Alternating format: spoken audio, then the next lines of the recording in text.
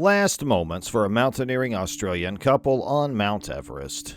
If you knew it was your last day on Earth, how would you spend it atop Mount Everest? Which path would you take? Onward towards your goal or back towards security?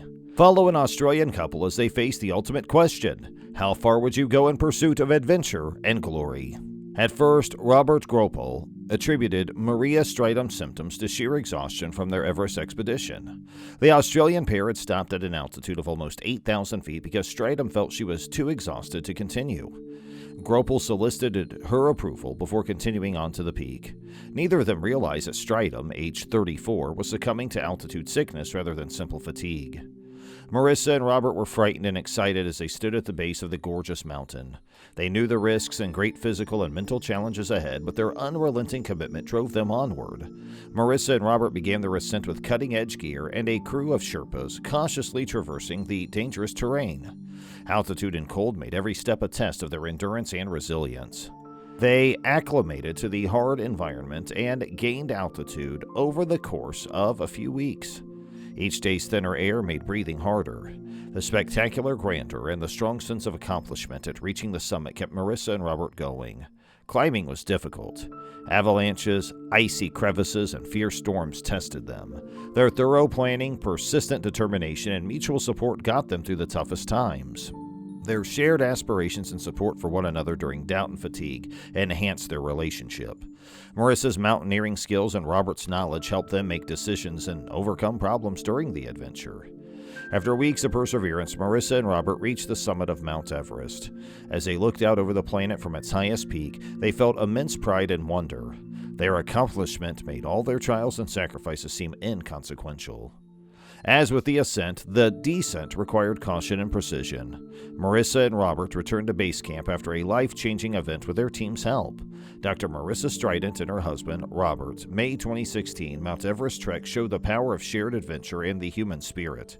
Their voyage tested their physical and mental boundaries and strengthened their relationship. Their amazing feat will always remind them of what they might do together. The peak of Everest was their aim as seasoned climbers who loved mountaineering. Everest was their greatest challenge. They had spent years training physically and emotionally for this tremendous challenge, reverencing the mountains and recognizing the risks. Each provided various strengths to the squad. Alex, a seasoned mountaineer, was determined and meticulous. He was respected for leading successful expeditions in the most difficult conditions. Alex's navigation and route selection skills made him indispensable. Emily, a brave climber, followed. Her resilience and composure under pressure made her a trustworthy colleague. Emily's knowledge of high-altitude physiology and safety regulations made her an essential team member. Mark, a logistics expert and technician, finished. He had a talent for overcoming expedition problems and meticulously maintained the team's equipment. Mark's practicality and resourcefulness kept the crew on schedule in tough situations. As they approached Everest, their hearts filled with excitement, dread, and respect. Despite knowing the risks, their passion and commitment drove them onward. They recognized that the mountain had the final say. With their expertise, skill, and unyielding attitude, they were ready to face the tremendous challenge and offer everything they had to achieve their goal.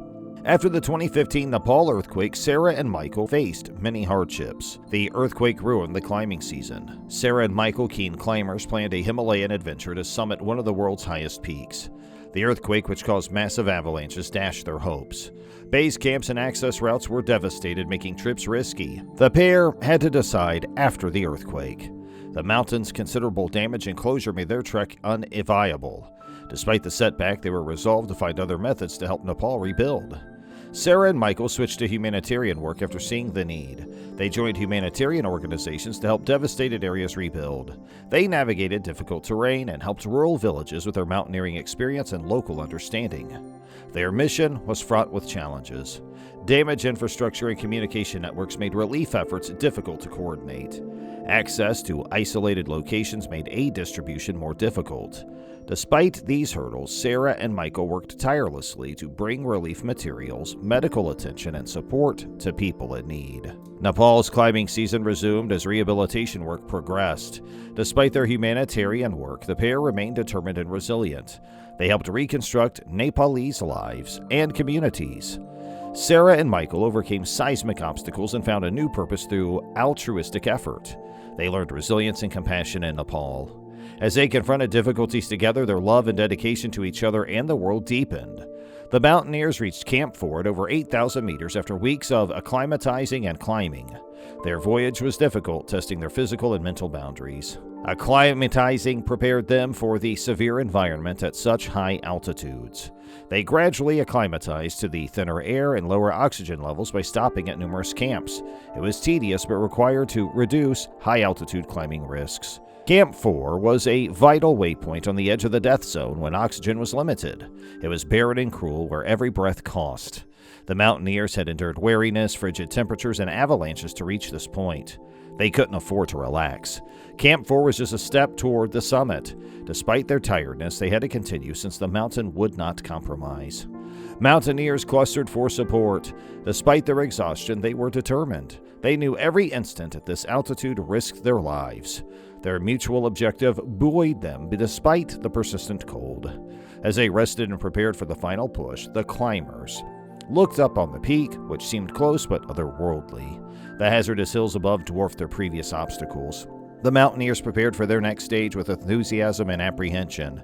Camp 4 marked the border between safety and the unknown. Too far to turn back, each minute brought them closer to the summit, preparing to face the mountain's final test. Maria walked with a pounding head due to extreme altitude sickness. She struggled to breathe and felt nauseated due to the thin air at high altitudes. Her physical state compelled her to make a tough choice. Rob was unaffected by altitude. Summit fever fueled his relentless pursuit. He was so excited about achieving the mountain that he ignored the risks and his climbing partner's safety.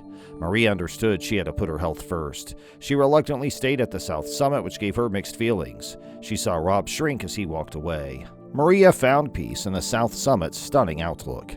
As the sun set, the craggy peak's orange and pink hues reminded her of the mountain's beauty and harshness. As she set up a temporary camp, she prayed for Rob's safe return, knowing his drive could bring him into a dangerous region. Maria fretted over Rob's progress for days. She wondered if she should have persevered despite altitude sickness. She doubted, but she knew she made the correct choice.